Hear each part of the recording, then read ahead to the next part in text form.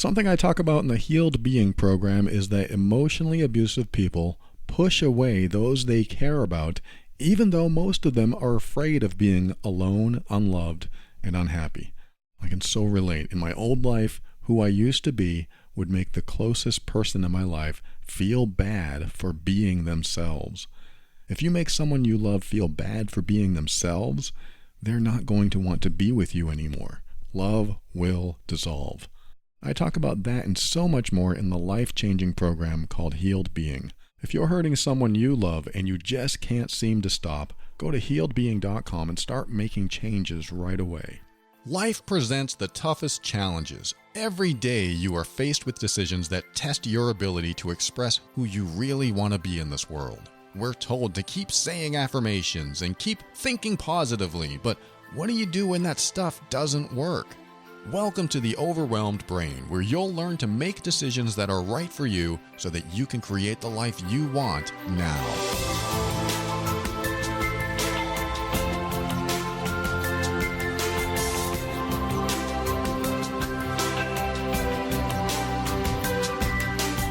Hello, this is Paul Coliani, and I want to help you learn the skill set you need to deal with life's challenges in the most emotionally intelligent way. This show consists of my personal opinions and is meant for informational purposes only. Always seek a professional for your mental health and well-being. All right, I'm going to get right into the first segment here, and that is based on a message that I received from someone who says, one topic I can't seem to find info on is growing up in an abusive yet wealthy household.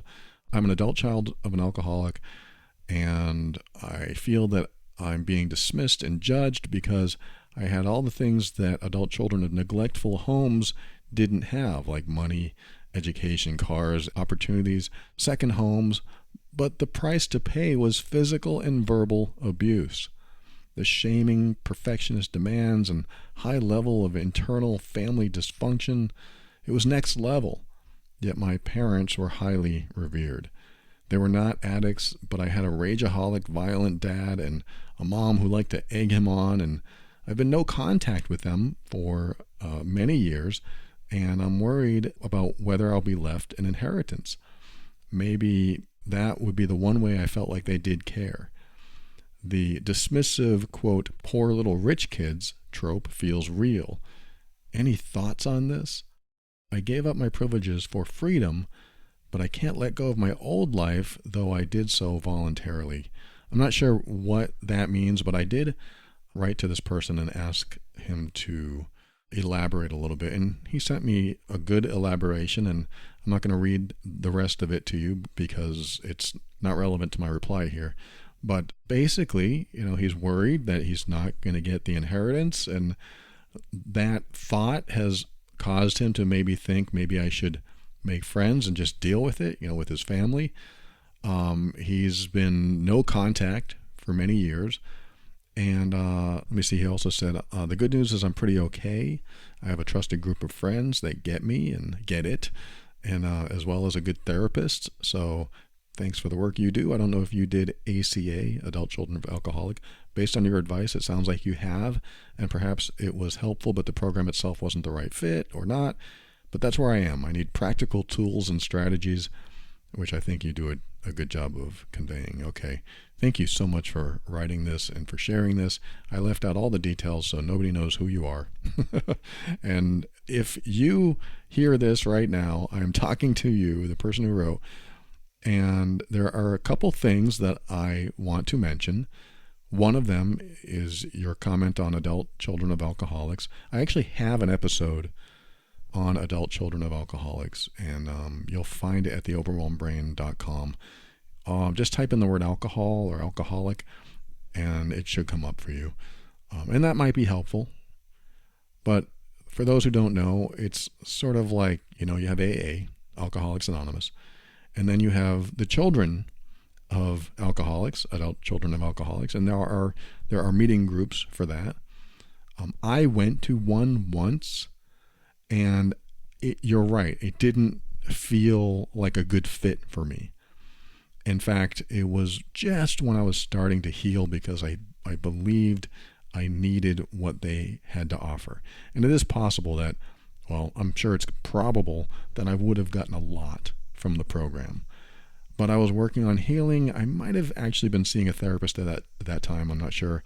But it wasn't a good fit, and I didn't feel comfortable, like probably most people do when they walk into a group like that.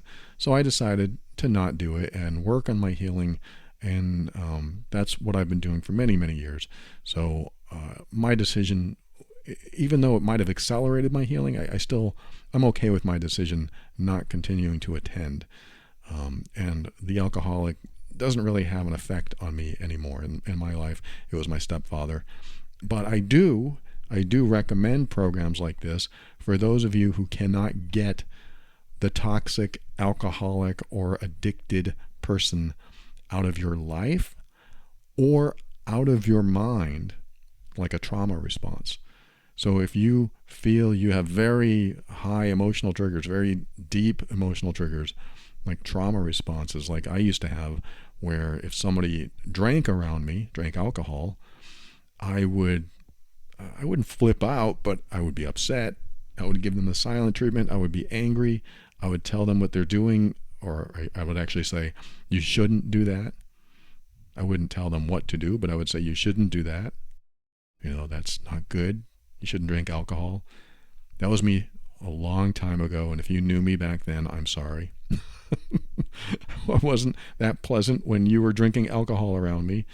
And it was usually only with romantic partners. I never said that to my friends. My friends could drink all they want around me, but my romantic partner, I had to control them.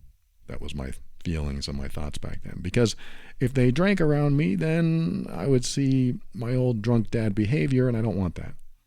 Because my stepfather, as he drank, he was very scary to be around. And then as he got older, as he drank, he would pass out, and that was a lot easier. But he would still be embarrassing, especially with other people around. So it was a lot of trauma in different ways as I was growing up, and I did need help. I did need to work through this stuff. I developed perfectionism and people-pleasing, and I was highly judgmental, and I was critical, and I was emotionally abusive. I was a lot of things that my former partners suffered through. Again, if you're listening, I am so sorry. I did not know how to act any differently. I had terrible coping mechanisms. And now I don't worry about that anymore. I do not have the emotional triggers I used to have. One will sneak up.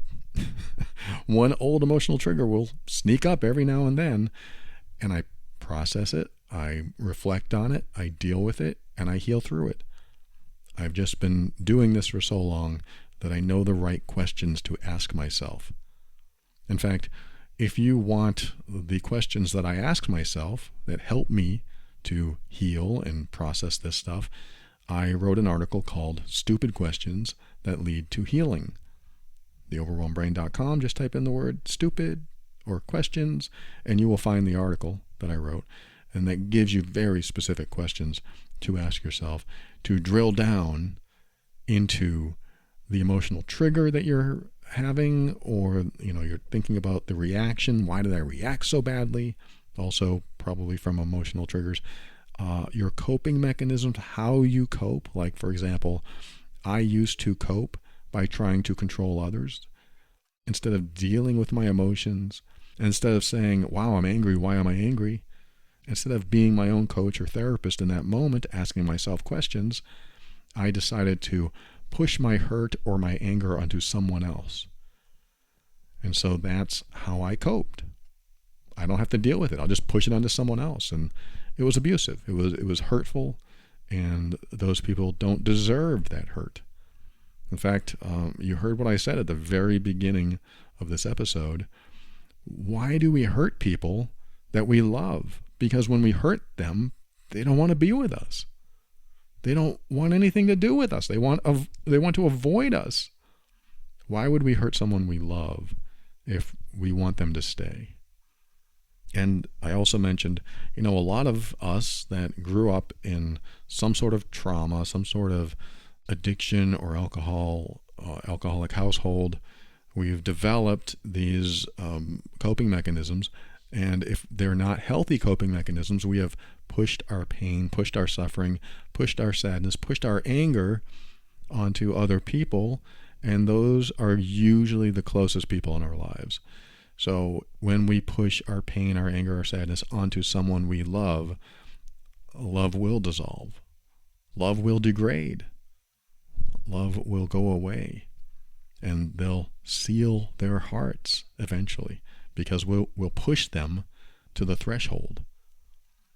When they reach threshold, what I call the threshold, they're closing their hearts to us permanently. That's it. When you pushed someone to the edge, there's nowhere else to go.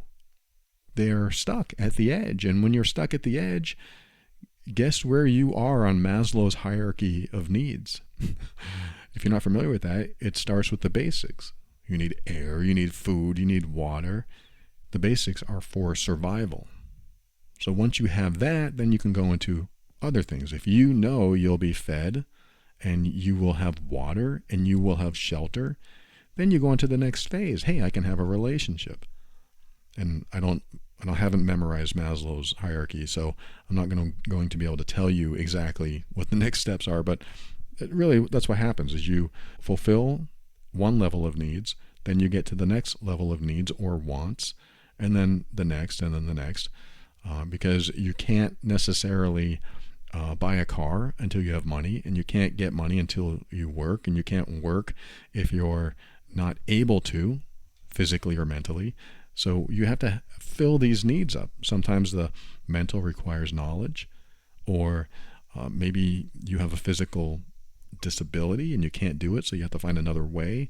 There's all kinds of needs that we have to fulfill to get to the next level, going from survival to comfort and convenience and things like that. So what I was saying is that when you push someone to the ledge, their survival mechanism kicks in. And they are at the lowest level, and they feel like if they don't do something, they're going to die. Maybe not physically, but emotionally. It's just pushing them to the point where they can't take it anymore. I talk about this in the Healed Being program. You're going to push somebody to that limit, and when they reach that limit, they're either going to seal their heart so you can't get back in, or they're going to lock that damn door because they're sick of being hurt, or they're sick of being pushed or jabbed. And when somebody gets sick of it, they may still love you, but you're not getting in. You're not getting in until you change. And they need to know you're changing. They need to have irrefutable evidence. I just said that in the latest lesson over at the Healed Being program. They need to have irrefutable evidence that you are changing, and there's so much more to it. But this is what happens: is we hurt the people we love, and then we push and we push and we push, and then they reach their limit. They reach threshold, and once they reach threshold, you may or may not be able to reconcile the relationship. Coincidentally, once you reach threshold, or once they reach threshold, that is the fullest level of accountability where you finally say, oh, I've been pushing you too hard. I've been pushing too much. I've been acting badly. I've been misbehaving. Now I get it. I'm not saying you. Not everyone fits this mold here. I'm just saying that there are people out there that will hurt people they love, and they will continue hurting them. And they'll see that they're hurt, and they won't stop. Even though they're hurt. Their suffering doesn't matter, that other person's suffering. Their tears don't matter. Their crying. Their pleas for you to stop don't matter to some people. And so certain people will continue pushing or jabbing or whatever, being hurtful. And when that happens, that's when they can reach threshold and decide enough is enough. And so let me get back. I wanted to kind of set that up, because when we push people to that limit, just like this person who wrote, he was pushed to the limit. When we do it, they're not going to want to talk to us anymore. They're not going to want to be with us anymore. They're not going to want to love us anymore, because loving us is too painful. So that's what happens when we hurt someone we love. If we do it once, it can be forgiven, it can be forgotten, it can be something that happened and let's move on. It was just whatever, a misunderstanding, or you were a real jerk, but that's okay because you only do that once in a while, once every 3 years. But once a week, once a day, the frequency can definitely lend a hand in pushing them further and further away from you, driving that wedge in the relationship. This person said, I've had enough, I'm going no contact. But now he has these fears like, what have I done? Maybe, and I don't know if I read this, but he did say, maybe if I get this inheritance, it'll be one small way that they show they love me. Because they've mistreated me, they've hurt me, they've emotionally and physically abused me. And I don't want that anymore. I have been pushed to the limit. I am cutting them off. Many years later, here I am and thinking, gee, it would be nice if I got that inheritance because at least it would be some sort of gesture that says, we had our issues, but I still love you. And here you go. So let's take a quick break, and when we come back, I'll give a direct reply to the person who wrote, because I still need to address this. Be right back after this.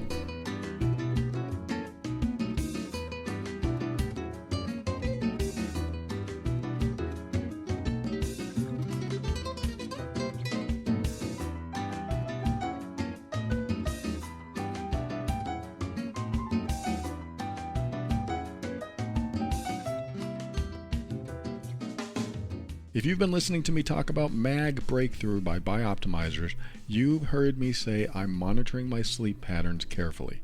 I bought a smartwatch about 4 months ago because I felt tired during the day, and my girlfriend said, "You're not getting enough sleep."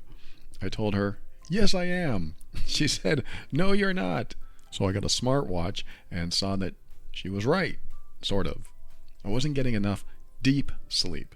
When I learned about Bioptimizer's Mag Breakthrough, I wasn't convinced that their formula of 7 unique forms of magnesium was going to do anything for me. But that's full spectrum, meaning you can't find this formula in any old magnesium supplement. And you need all 7 forms to experience the full calming, sleep-enhancing effects. I was looking forward to recording this because I wanted to come on the air and tell you about my sleep score. 77! This is the highest number I've ever had since I bought the watch to monitor this stuff. That makes me happy. I feel so much better. If you're having trouble getting a good, deep night's sleep, right now Bioptimizers is offering listeners of this show up to a 42% savings if you go to magbreakthrough.com/overwhelmed brain. Again, you can save up to 42% on Magnesium Breakthrough when you go to breakthrough.com/overwhelmed brain. And you can also use the promo code BRAIN10, that's BRAIN10, to get your savings. Now, we all know good sleep is good for our brain, it's good for our body, it's good for healing, but we also need to take care of ourselves mentally and emotionally, and that's why I love the service BetterHelp. BetterHelp helps you take care of your mind. It reminds me of the car I gave to my mom. It's actually a truck. I said, "Mom, I'm getting a new truck. I want to give you this one." And she was so happy. But she never called me when the engine light came on. She didn't tell me because she didn't want me to think there was anything wrong with it, and she didn't want me to think that she was complaining. And I said, "Mom, this is when you tell me. You don't tell me when it's not happening. You tell me when it's happening. I want to help you fix it. I don't want you to have a broken down vehicle." So she realized that it's not complaining, it's just letting me know. And this is what we do. We're supposed to take care of things like our cars and our kids and our houses and our minds. We're supposed to take care of our mind. And that's what I think of when I think of BetterHelp, is that it is a great service to take care of your mind. BetterHelp is online therapy that offers video, phone, and even live chat-only therapy sessions. You don't have to see anyone in camera if you don't want to, and it's much more affordable than in-person therapy. And once you sign up, you can be matched with a therapist in under 48 hours. Maybe you have a little yellow light coming on in your brain, and maybe it needs taking care of, and This is what BetterHelp is for. So I wanted to tell you about this. You can get 10% off your first month if you go to betterhelp.com/brain. That's 2 words, BetterHelp, HELP.com/brain. If you take care of your mind will definitely take care of you.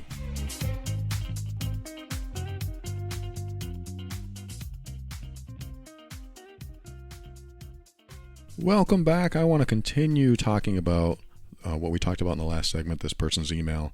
We talked about the emotionally abusive aspect of this, but we didn't get into something called financial abuse. Now, you didn't necessarily mention anything to do with financial abuse, but just real quick for somebody who doesn't know that term, it's when somebody has power over you because of money. And they use money as a tool or a tactic to make you comply, to make you submit, to make you do what they want you to do. I don't think you mentioned it in this other letter you wrote to me, but if they used money to make you comply or submit or control you or whatever, you were probably pushed so much that you didn't care anymore. You didn't want to base a relationship on money, and you decided that it doesn't matter if you get their money or not, so I'm cutting them out. I'm cutting them off. And first of all, good for you. Not many people can do that. They think, well, I don't want to get out of their will. I want to stay in their good graces. I better do what they say. And then they browbeat you. They hurt you. They emotionally abuse you. They do everything they can to make your life miserable, all because you're waiting for that payday. When you wait for the payday, this is where financial abuse takes place, is that they feel they're allowed to hurt you because you stick around because you want the benefits of their money or their wealth or whatever. And if they know that, this is where financial abuse actually takes place. If they know that you're sticking around and doing whatever they tell you to do because you're in their will, and if you misbehave, we're going to take you out of their will, then that is the almost literal definition of financial abuse. Someone knows that having money and holding it over your head, and you need the money especially, that is a control tool, tactic, that they use to make sure that you do what they want you to do. Now, here's what is happening in your situation, is that this is sort of the reverse of financial abuse. You are almost telling me that you should get in contact with them or be in their good graces again, just in case there's an inheritance, which puts you in the position of doing things good enough for them just in case they want to leave you some money. Now, you may not have said that, but that's kind of what I'm hearing. At the same time, I also hear, hey, I've gone no contact. I'm okay. I'm not too worried about that. But it would be nice if they left money for me as a gesture or token of love or whatever, family, respect. I don't know. So let me approach it this way. Let's just say that they told you that they are going to leave you money. Let's just say you got in touch with them again, and they said, we're getting old and we want to leave you money. And you say, okay, great. That sounds wonderful. Thank you so much. And then they're controlling and manipulative and hurtful to you. Will you continue to stay connected with them, stay in communication with them, just because of the money? Maybe that's what you're asking me. But I'm asking you, will you do it if they're still abusive? Because just in case they give you the money. So I'm going to give you my response. My response is, if my parents were wealthy, let's just say that, and they're definitely not, but let's just say my mom was super wealthy, lots of money, and she wouldn't give me the time of day, didn't care about my life, made fun of my girlfriend, said I was a loser, did all the hurtful, toxic parenting that she could. I'm thinking that, I have been okay throughout my life too. I have worked my butt off. I have risen in every career that I've chosen, thank you, perfectionism, uh, I have done well for myself.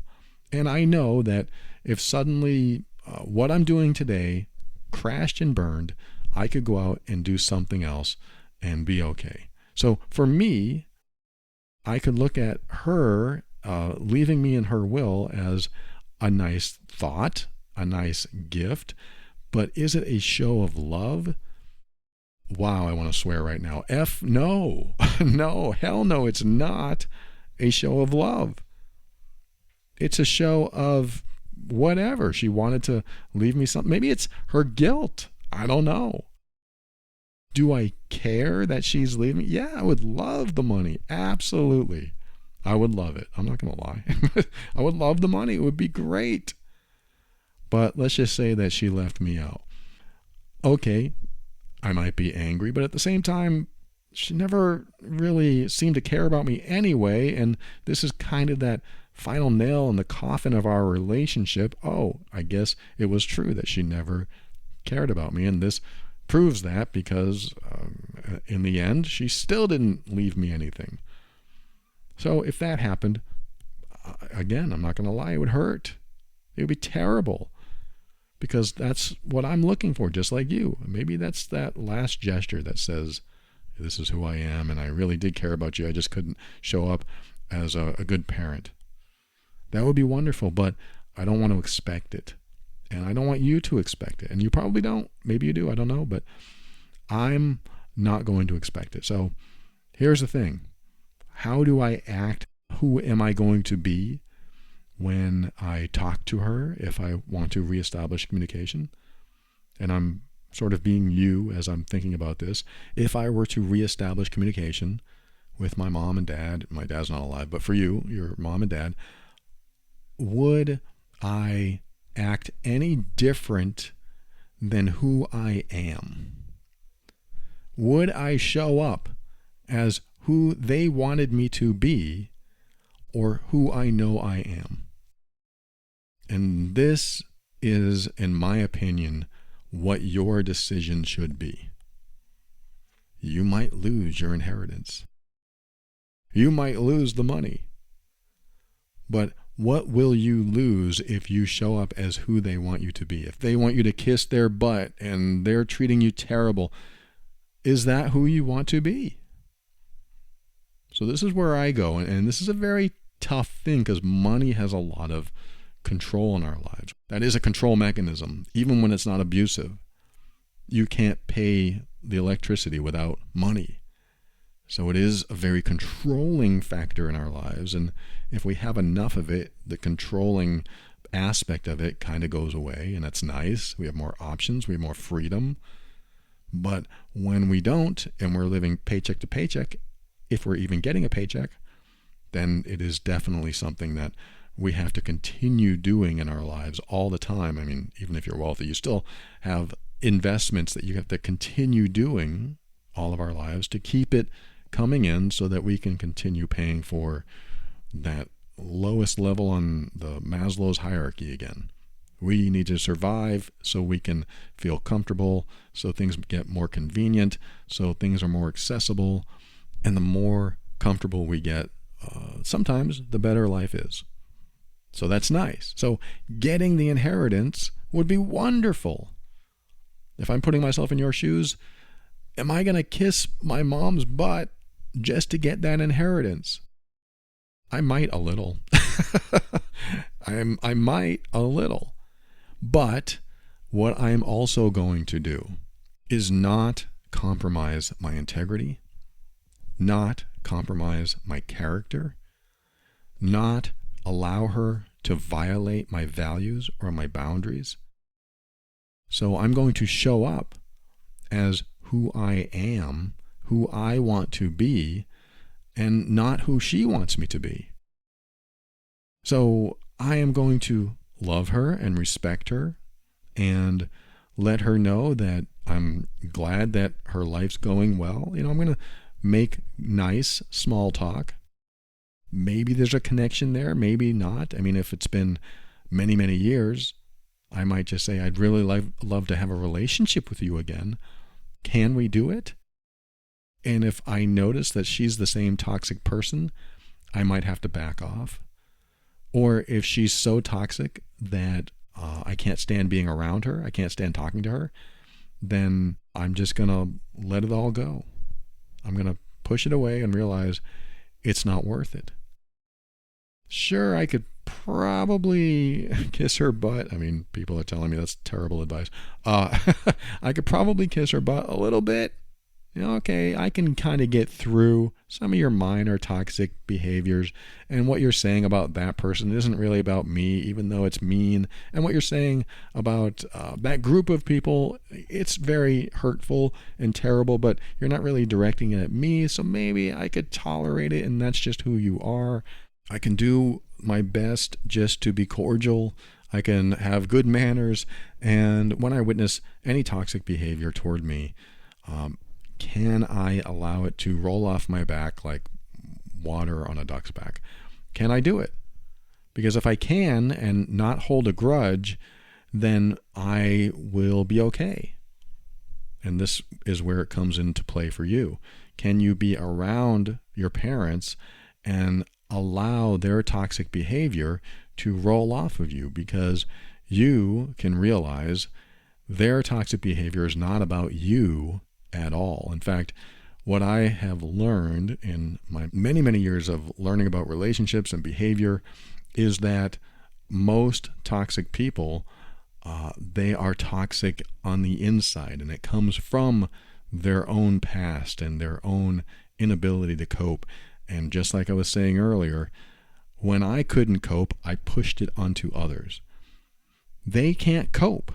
They don't know how to handle certain emotions.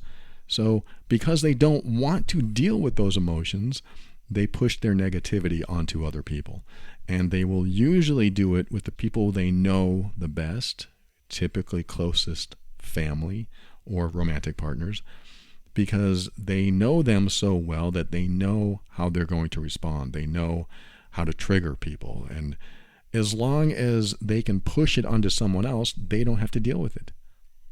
If your mom is incredibly sad because she's been married to your father for so long and she doesn't know how to deal with it, her toxic behavior toward you could be her expression of that. And so if that helps you develop compassion for her, that might help you understand her behavior and let it roll off of you. The hard part is eliminating the emotional trigger that you have when someone that is supposed to love you points at you and says you're a loser. You're a piece of garbage. I can't believe I raised someone like you. Can you handle that? That's tough because they are putting you down. They are insulting you. And a lot of people can't handle that because they're still looking for sweet mommy, sweet daddy, the people that don't exist. They're looking for people that don't exist. And those who've never had parents that showed up in an unconditionally loving way, if you're still looking for that love and respect from a parent that has never shown it before and has always been toxic, you spend your lifetime looking. You spend your lifetime hopeful that this time things will be different. And it's so much easier just to say, they'll never be different. They will not be different. And in fact, when you reach that acceptance, you can then make changes in your life to help you cope, help you heal, and move through it. Because once you accept that someone will never, ever change, you have no choice but to come back to yourself and ask yourself, what am I going to do about it? Because a lot of the times, this is what we'll do. We'll procrastinate a little bit, maybe not consciously, about doing something about our intolerance of someone else's behavior because we hope that eventually they'll change. But if we believe that they will never change, then we come back to ourselves and we have to ask ourselves, okay, what am I going to do about it? I know they'll never change, ever. So what am I going to do? When I think that way, I tell myself, well, since they're never going to change and I know they're going to say hurtful things, I know they're going to be toxic, I either need to learn how to handle that, not take it personally, or avoid them altogether. Or not handle it and complain. I could complain. I could tell them, you do this all the time. It hurts. Why do you keep doing it? And I'll never get a good response. I could complain by saying, oh, my mom or my dad is terrible, and I'm just always a victim to that. That's what will happen, is I'll stay a victim to that because I keep complaining about it.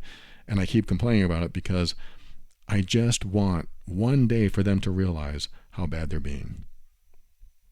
And so I want to take this person who wrote, I want to take you down this road. A, can you handle their toxic behavior and let it roll off of you without being too affected?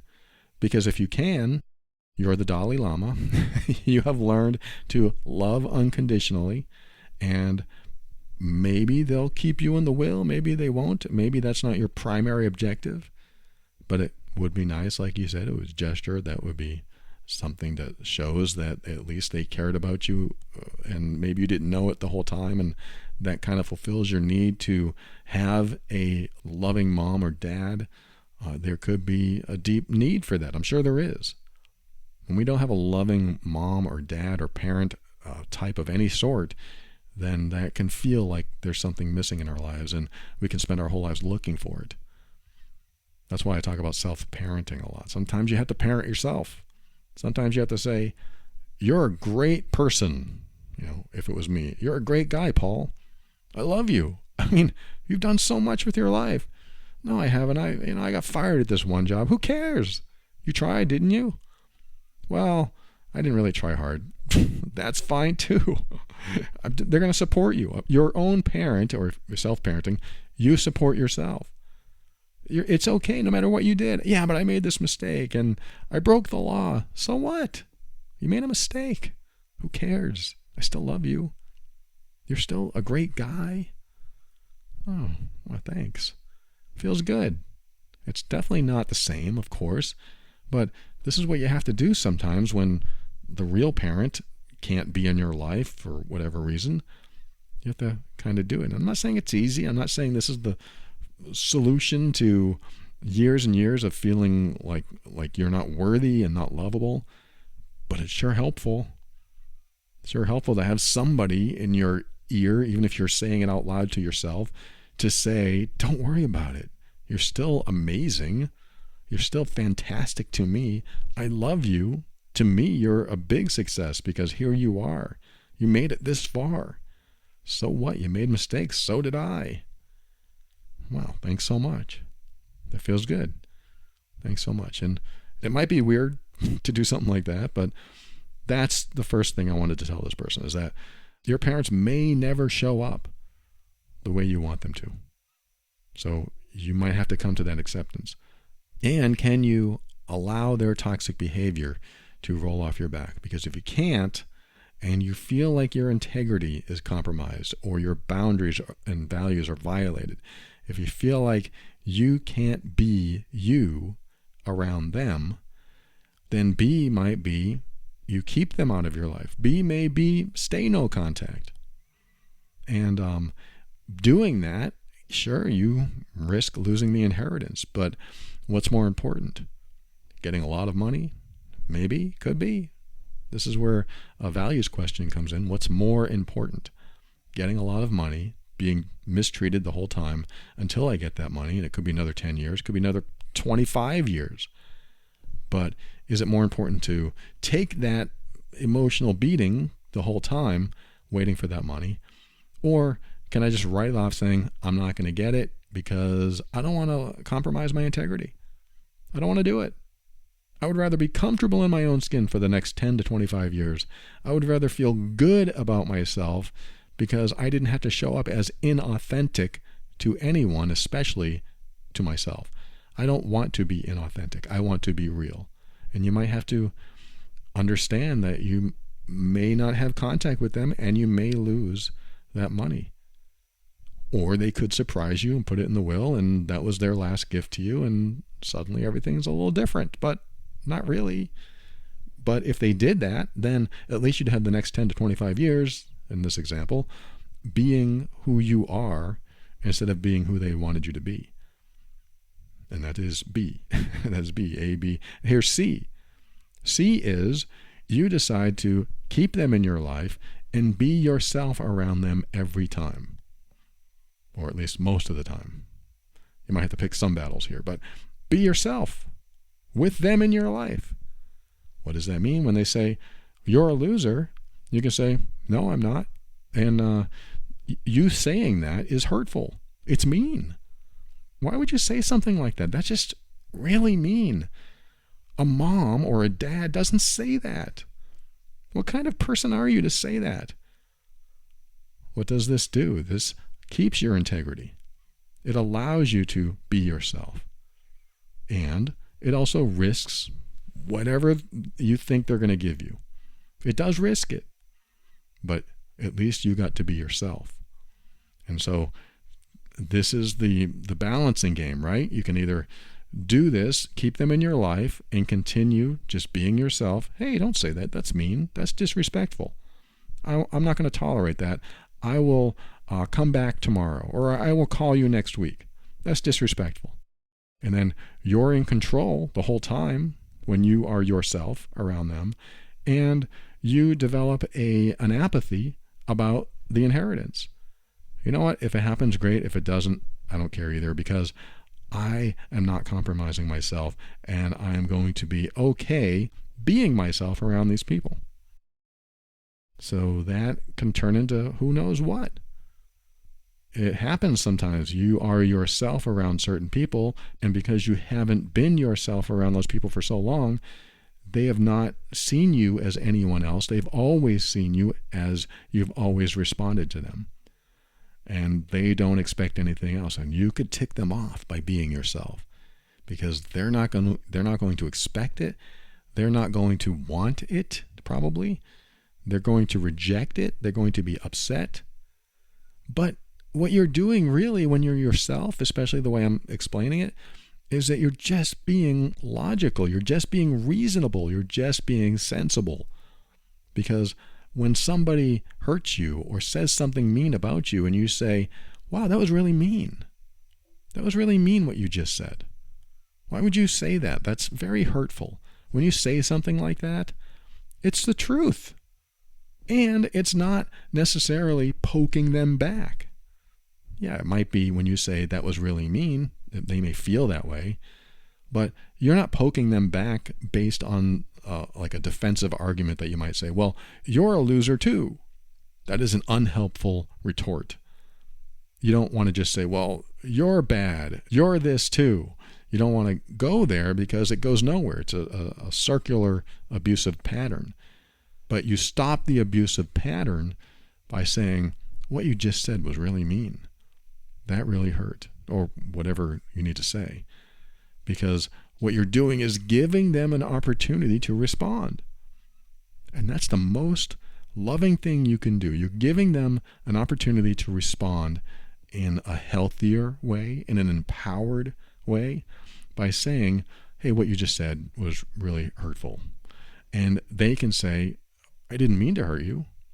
They probably won't from what you described, but they could. They have an opportunity to say it. But if they say, well, you're still a loser, or you're the person that's hurtful to us, you never call. I mean, they might just turn it around on you. But again, stay in your integrity and say, well, what you said was mean, and I don't want to be around that. So if you can't see that it was mean and you're not going to change the way you're talking to me, then I have to go. I'll call you later. Again, this is if you want them to stay in your life and you want to be in their life in some way. So I'm giving you these options, and none of them are great, except the last one I am most fond of. I am most fond of being yourself around toxic people and being okay not getting the reward at the end of the day or their life or whatever. And it's just a personal decision. If you don't need the money necessarily, you might want it. I would want it. But if you don't need it, then just be yourself. But if you don't need it, then it's easier to be yourself. If you do need it, that's where you have a very interesting dilemma. Are you going to take the abusive behavior, and maybe you'll take it all this time and they leave it to someone in another country that scammed them on the internet or something. This is what happened to my stepfather. He continues to send money to someone that he thinks loves him. It's just a crazy, crazy behavior. But he's not going to have any money to leave to his kids. Your parents might leave you money or not. I would just kind of take that out of the equation if you don't need it. If you don't need it, then you can be yourself around them. Or you can just cut them out of your life and say, hey, when you're ready to have a good relationship with me, I would love a good, healthy relationship. I would love to connect with you again. I hope I've given you enough to work with. It's always tough when there are toxic parents. And there is one thing I want to say about money. When money comes into someone's life, or they build it and they build it and they build it, what I've seen over and over again is that who they are is amplified, who they really are down inside. So if they're charitable, they become more charitable when they have more money. If they're greedy, they become more greedy when they have more money. If they're kind and respectful, they can become more kind and respectful, but we all know sometimes money changes people. I know someone that as he got more and more money into his life, he became a bigger and bigger jerk. And before he had the money, he was great. He was a nice guy. He was humble. And then he got money, and then he just became a jerk. So the question is, was he always that way? And he stayed humble for another reason? Or did he get money and he felt the power and he felt the ego and he realized he could do more? And who knows? Sometimes money changes people for the worse, and sometimes it continues making them better people because they do good things with it. Help their family, be charitable, whatever. I hope I've given you enough. Thank you so much for writing. I know you're in a tough position, but that's where I go with it. Thanks for tuning in to another episode of The Overwhelmed Brain. We'll be right back with my thank yous and my goodbyes and my final words right after this.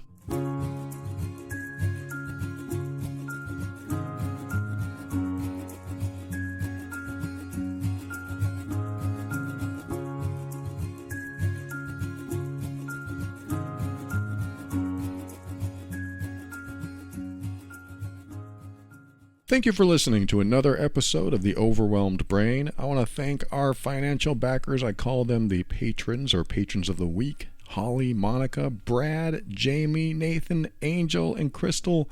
Good to see your names. I am so grateful. My heart warms every time I read these names. I appreciate you. Thank you for giving. And if you find value in the show like these people do, go to moretob.com and you can give back too.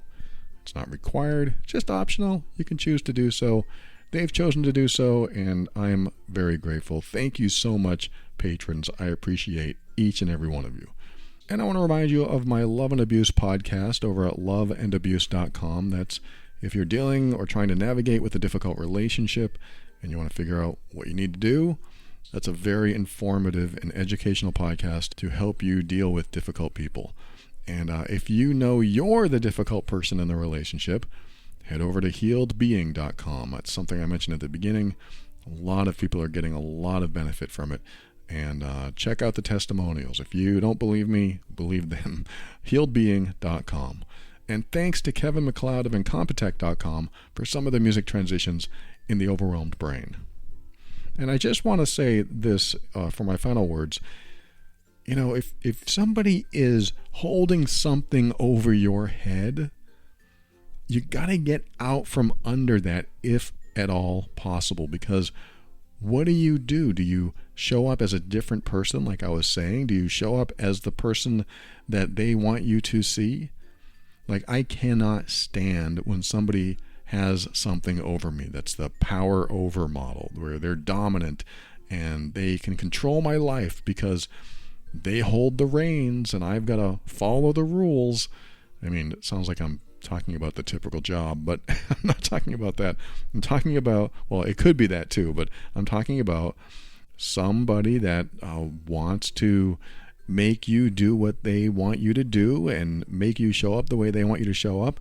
And if you don't get the reward. You don't get the money. You don't get time with their kids. You don't get something.